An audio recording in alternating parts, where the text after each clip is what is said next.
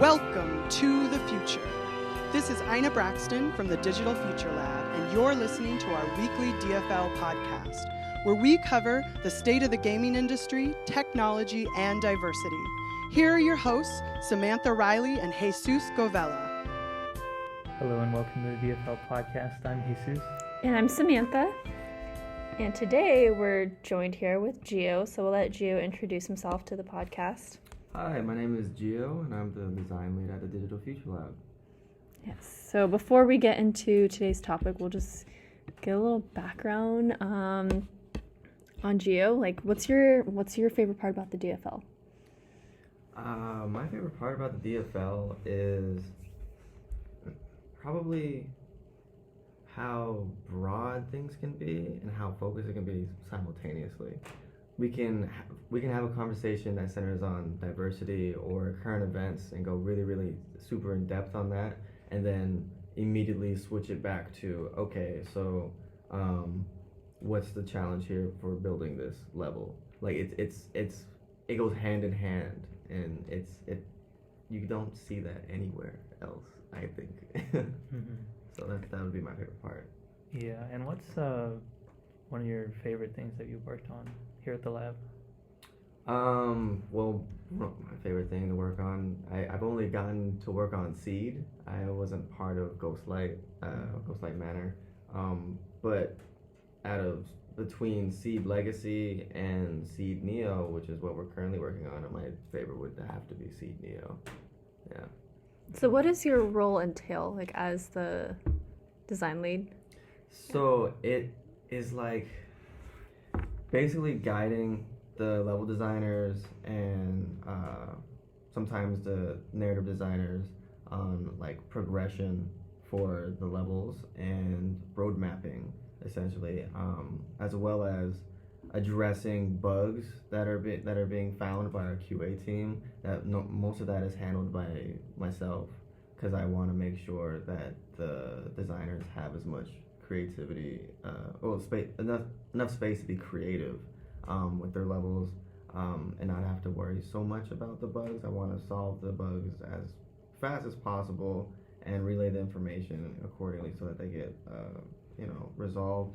But it's also like overseeing for the last touches. So I really help with direction and finalizing, and that in between space is completely governed by the level designers. It's just a matter of like making sure it meets the standards of the lab, and I try my best to ensure that all the levels do that. Yeah. Okay, thank you. And then we're just curious, outside of the DFL, like, what is some things you like to do? Well, this summer's been looking a lot like go to work at the DFL, come home, chill out, and then wake up and go back to DFL. But Same. But like, I've been working with a peer of mine in my degree program on an app with a social media platform focusing on debates and free speech. We're kind of tackling that niche that Twitter used to occupy, not so much anymore. Once we find that once the social media gets big enough, censorship is inevitable. So there's always going to be a gap or a lane for that specifically. Hold on 1 second. What happened? Oh. Hello. We are joined by Reggie. We have a special guest Special today, guest, Reggie. Special encounter. Yeah. Yeah. You're good. Oh, you're fine. It was just the VR was frozen. Oh. It's not important. Okay, Oh, no okay. no VR for another 15 minutes till we're done. Yeah, Okay. I'll be Alright. there when we're done. All right. We had enough fun. Oh, but as I was saying, we're working on an app, a debate app, and outside of work, I try to see my family once a week. I head back to Seattle, get that connection. I think it's healthy to do that weekly, if not as much as possible. Yeah, so that's pretty much life outside of the DFL.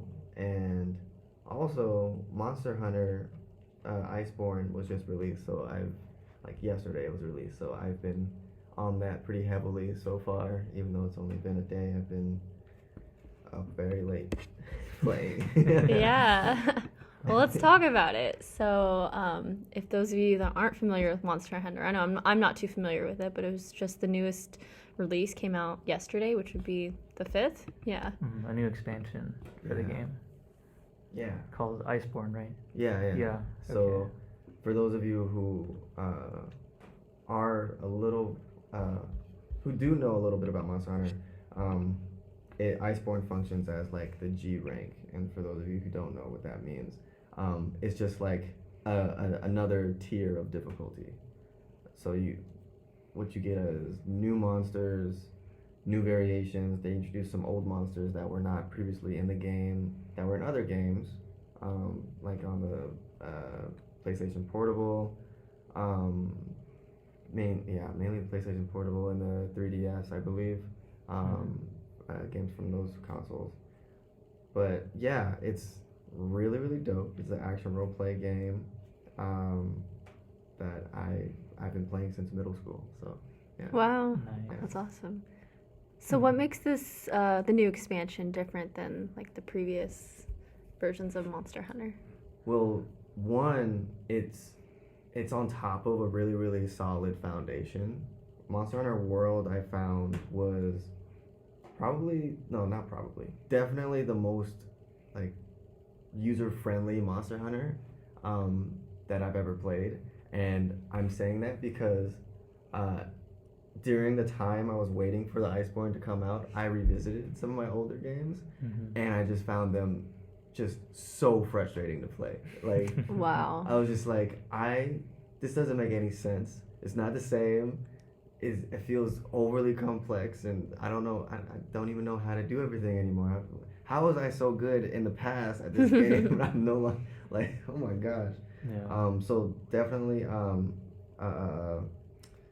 quality of life was enhanced immensely for World on its own, and then Iceborne actually helped further that. So they addressed some things that were really, really annoying for players, on top of just adding more content. So it's super friendly. When you compare it to other Monster Hunter games, it is a lot to digest. It would take a lot of time if you've never experienced Monster Hunter before to jump right in. But if you were to jump in, Monster Hunter World would be the best place to do that. Yeah. The Monster Hunter World was my first Monster Hunter. I tried 3 for a little bit before, but it was just kind of, it was really complex, and it just kind of didn't have the quality of life things that World does. Yeah. So I do agree that World is the most accessible one. Absolutely. Mm-hmm. So, as me as a beginner who's never played Monster Hunter, if I just came in and tried the new Icebreaker, Iceborne. Oh my God, I'm sorry. No. Iceborne. Sorry. See, I It's really am a fine. beginner. I've never played it. Do you think I'd be able to grasp the concept pretty well? Yeah, it's a pretty simple concept. You create a character and you hunt monsters. That's it, really. Yeah, that's it. They have a story that goes along with it that is interesting. Mm-hmm. But I don't see it as essential to the game.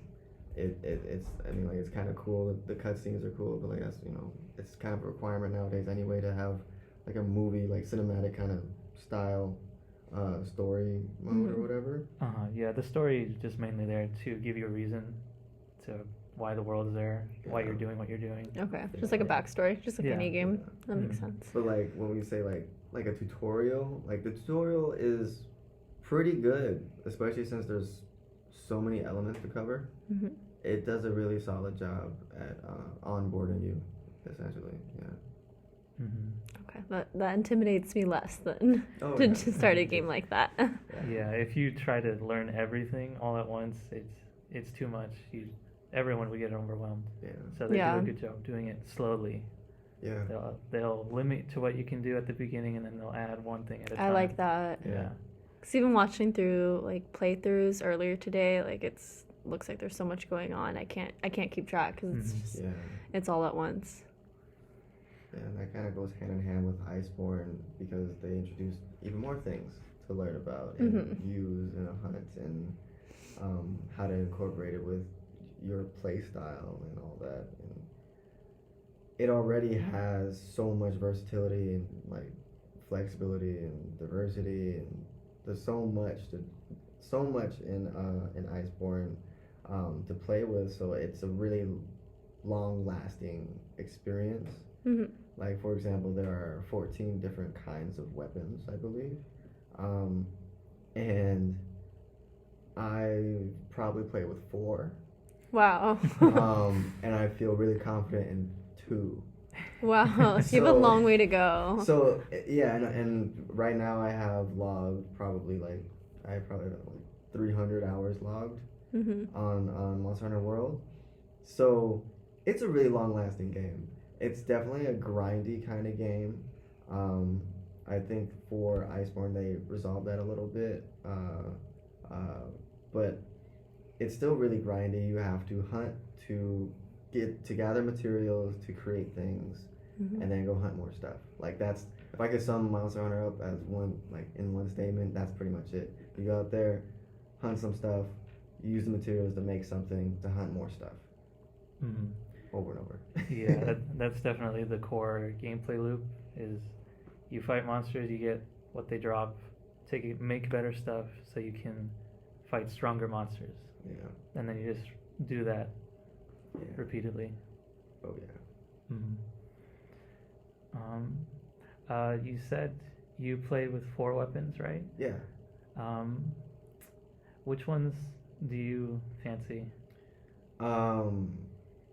From middle school, I played with dual blades. That was my thing. That's where I feel the most comfortable. It's a really simple game play style, but I really like it because you can be really creative with it sometimes. Second would be Charge Blade. It's a newer weapon for me. It wasn't available that I know of from like Monster Hunter Freedom, from the PSP. So and it is currently, in my opinion, the most complicated weapon, which is part of what attracted me to it. Because I saw these dope videos. It's like, what is that? What is going on? How are you doing that? Can you do that? So I was having all those kinds of moments, and I was like, I need to learn how to do this. And it was like hitting my head against a wall for probably 2 weeks, and then it clicked. Finally got the rhythm down, and now I have to redo that because Iceborne introduced a mechanic called the Clutch Claw, which allows the player to essentially just lock on to a monster, and then kind of like Spider-Man grapple onto it, and then you can just like do damage to it on its face or on any parts of its body. You can maneuver and all that stuff. Picture yourself just riding it at that point. But you can do those. You can use a Clutch Claw in the middle of a combo. It's just finding that flow. Like, how do you have the perfect combo to like do some awesome damage, look cool, and then have the perfect sweet spot to do the Clutch Claw and actually have space to actually do damage. And it's a whole nother layer of complexity. But anyhow, that's the Charge Blade is my second. The third is Insect Glaive. And then the fourth is Longsword, because everybody likes Longsword. So I was like, I might as well give it a shot. It's pretty cool. Is there any weapons that you want to use but are just too intimidated to? Oh man. Is it one of the guns? Yeah. I'm not a bowgun person. So there's 3 range weapons in World. There's the light bowgun, the heavy bowgun, and there's the bow. Just think of a bow and arrow. And for people who like first-person shooters, like super heavy into first-person shooter games, the light bowgun and heavy bowgun is more up your alley. You get to create your own ammo and stuff. You manage that, and you don't have to get really close. You know, it's a ranged weapon. You don't have to be really close. But I don't like that. It feels weird. It feels really weird. I don't like having to manage my own ammo. I kind of like just being set. Like, I'd rather just sharpen my blade instead of like, oh, I don't have any more thunder ammo for this monster that's weak to thunder, so now I have to use normal ammo or something. There's different levels to the ammos. For me, I like the more simple game playing styles. Hopefully, I can get into the bowguns at some point, but right now it's still a little too intimidating as far as complexity goes, and yeah. I can relate to that. It's just another thing to think about. Yeah. Like I don't want to. I really like quality of life. Like for example, there's a skill in the game called earplugs, and it's there for a reason because all the larger monsters, they roar, and when they roar, they stun you. So you can't.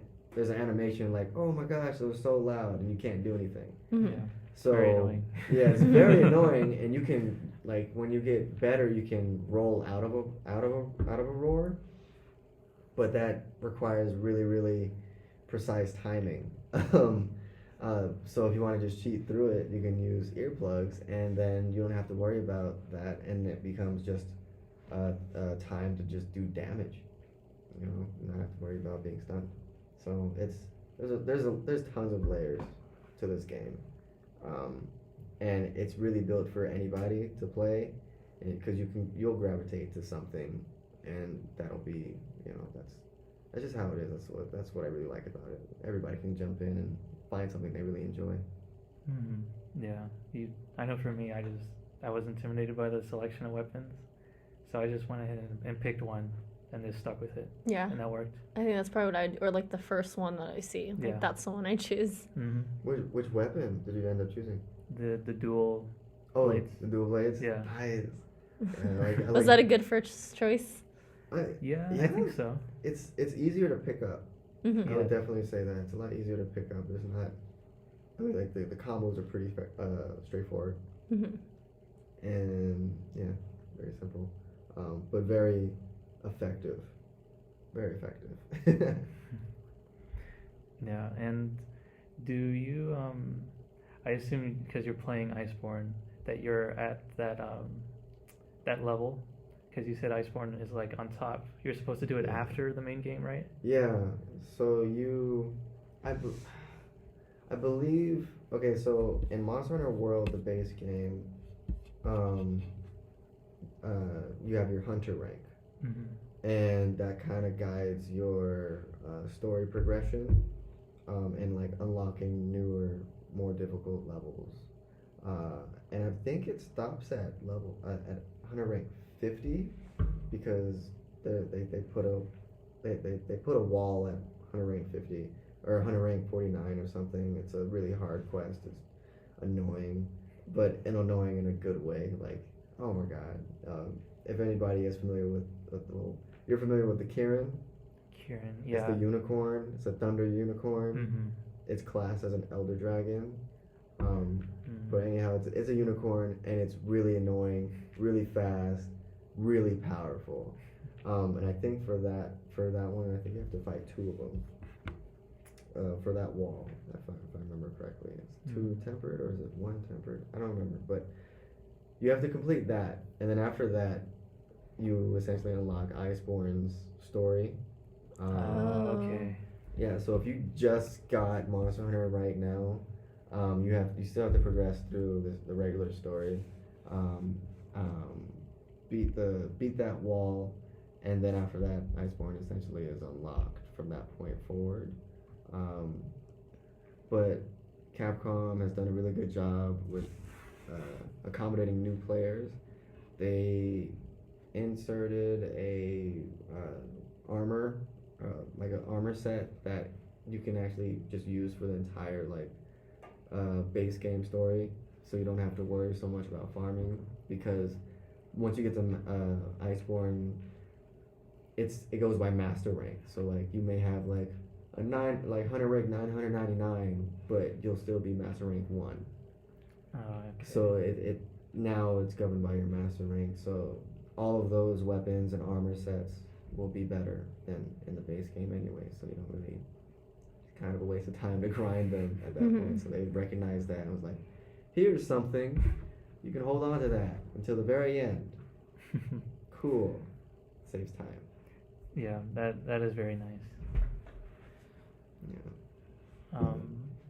Do you play alone or with friends? Right now I play alone. I need to talk to Hassam, and now that I know that you've played, I hope you start playing again. I think you're convincing him though right now. Yeah. We can get a group together and play. That's one thing I think they can do a lot more work with is encouraging communication when you play online, because you can play online and it'll be fun, but truly communicating is, they're getting better at it, but like it's difficult in its current form to like talk and fight with people who you don't know, and especially when you don't have a microphone. So like at home I don't have a mic. I probably should just get one, because that might just solve all of my issues right there. But I just haven't, and just because I've had enough fun just on my own or just with randoms, and so it works out. But I'll end up getting a mic. I can definitely see that happening. But yeah, they really make it relatively easy to communicate as far as like previous iterations of Monster Hunter. We have, what are they called? Like emojis? They're not emojis. They're like sprays. Animojis? I do remember there being like sprays or some emojis. Yeah, you can put down. Yeah. In the game. Yeah. So like, there's some quick things you can add to your radial, which is essentially hotkeys for all kinds of stuff. So they do make things easier with the radio. So. Right, and there's also preset phrases, right? Yeah. Okay, yeah. There's phrases, and you can make customized phrases. So for like particular quests that you really want to do the same thing over and over and over again, because it's like the most efficient way or something, you can have those preset and then put them into your radial for your communication, and then just signal to your teammates. They won't always listen because people frankly don't see it all the time. I believe with Iceborne they updated the UI a little bit for communication, so it's a lot more noticeable. There's more contrast to it, so it catches your eye better, which is great, because I have a lot of UI critique for Monster Hunter just because of how much content is in the game. It can get really, really hard.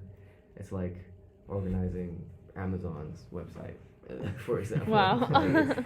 It's a lot, but they can still do a lot better in that department. So what other things would you change about the game, like if you could? Well, there's just an issue with the armor and weapon creating and upgrading kind of process. So like you go to the village's blacksmith, and you speak with this NPC, and you use materials and money for them to make something for you. But when you see the catalog of armors that you can make, or in the list, they all look the same. They're just a different color for their icons, and I really wish it wasn't like that. I wish it was just because you see like the name of that armor set. Let's say it's whatever monster. Which one sounds the most? It doesn't matter. Let's say the Great Jagras. It's like a base monster. Usually the first monster you fight serves as a tutorial kind of monster. It's heavily abused in the game, but you can say like that. It'll have its name on the left of the icons that are in these squares. The color denotes the rarity, which often is an indication of how powerful it is. And then, but you have to like actually select one of the armor pieces in order to see it first. And I really wish it was just an automatic, like, oh, I'm flipping through these armors and I'm seeing my character change at the exact same time as I just flip through them. I don't want to have to preview the armors, which is an option. You can preview it, but like, I feel like that sounds like an easy fix though. Yeah, like they should just do it. It's a really easy fix. And it just doesn't. And I wish I could make multiple armors at the same time. So like, instead of like, if I have all of the material I need to make an entire set, I wish I could just make one entire set and just be done. But no, there's 5 pieces to a set. I have to individually make 5 pieces, and it doesn't take that long, but it's just a quality of life thing I'm being nitpicky with, because like if I have everything, I should just be like, oh, I'm just gonna get everything. But if I don't, then it's fine the way it is. But it's just a way to like fast track the creation process. Yeah, there's little things like that. There's sometimes I think it can be a little counterintuitive with the radial. I know at the very beginning when I was playing the base game, I was having a lot of difficulties understanding what it did. And then when I would, it took a while for it to click in my head that if I have an item loadout and I have a radial, they're tied together. So if I have an item loadout for one specific monster A, and I have another item loadout for another specific monster B, and I go from switching from A that has a really, really dope radial configuration to go to B, I won't have that same radial configuration because it's synced with the item loadouts. And that has screwed me over a couple times, more than a couple times, just based off like, oh, I need an emergency Farcaster, which just returns you back to base, or I need an emergency potion, and a really, really fast, I just need to deliver it really, really fast to my system. I'll miss it because the radial will be completely different. And it's like, oh, now I'm dead because a stupid radial wouldn't transfer over. So that's one thing that they fixed a little bit. They made it automatic so that when you switch item loadouts, they made it so that you have the choice. It can be automatic that it switches loadouts, or it can be manual, so you can keep a certain radial with another item loadout, which makes things a little bit easier. There's an extra window though, so there's that. But there's a few things, definitely room for improvement. But overall, functional, and I mean, like, I've put 300 hours on it, so it's not keeping me from playing. Yeah. Like, at all. It's been a lot worse in the past, so I'm happy with it. Okay, I think we'll probably do our last question now. If you have a good one you want to ask, Jesus. What is your favorite area? My favorite area? That's tough, actually. Yeah, they're all beautiful, but Or multiple favorites? Okay. So if I say purely aesthetics, it would probably be either the newest one, Horfrost Reach, which is like an ice environment, or it'd be like the Rotten Vale, which is like a dead zone in a sense. Like monsters go there, carcasses of monsters go there, like they just fall and they just end up there. I think of it like a cemetery for monsters. But like it has this effluvia that's always there, and it does damage to you unless you have skills to prevent that. And its aesthetic is really cool because it's like kind of like haunted a little bit. So it's not as bright and happy. It's just like, ooh, there's something that's going to go down here. So I would have those two. Like prior to Iceborne, it'd probably be the Rotten Vale. Yeah. Okay. Yeah. The Rotten Vale was, I liked it a lot too. Yeah. And also the starting area. Oh yeah, it's nice forest. Yeah, they do a fantastic job with their environment. it's just, yeah, it's kind of crazy, especially. Now I have to go look and Yes. see what you guys are talking about. Yes, please do. And if you can, also look at like older games environments to see just the progression. Oh yeah, 'Cause that's so cool to see. yeah, because I think Monster Hunter just recently had like a 10-year anniversary or something. Wow. For games, they have more than 10 games, but I think only maybe 10 of them are like official Monster Hunter games. That makes sense if you've been playing since middle school. Like, Yeah. they've been around for a while. Yeah, definitely been around for a while. Yeah, dope franchise. Wow. Okay, well, that wraps up our questions. And thank you, Gio, for sharing your love for Monster Hunter with us. Thank you for letting me rant Yeah. about Monster Hunter. I could definitely tell how passionate you are about the game just by the excitement you get from talking Uh-huh. about it. So it was really cool. Like, it inspired me to check the game out. Yeah, it's making me want to go back.